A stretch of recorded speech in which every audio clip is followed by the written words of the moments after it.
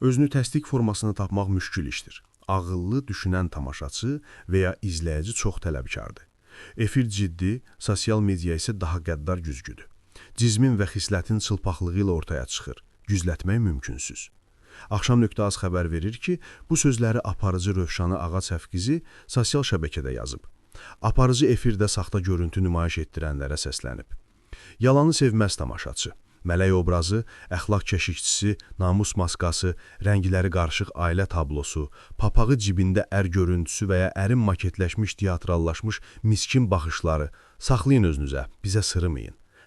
Qaldı peşə məsələsinə. Özünüz olun, özünüz orijinal.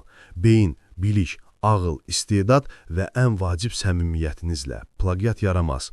Fatma xala, Gülpəridənə adından tərif qoşsalar belə, obraz mükəmməl deyilsə, olsa onlayndan sifariş gələn copy-paste fason bir şeyə bənzəyəcəksiniz.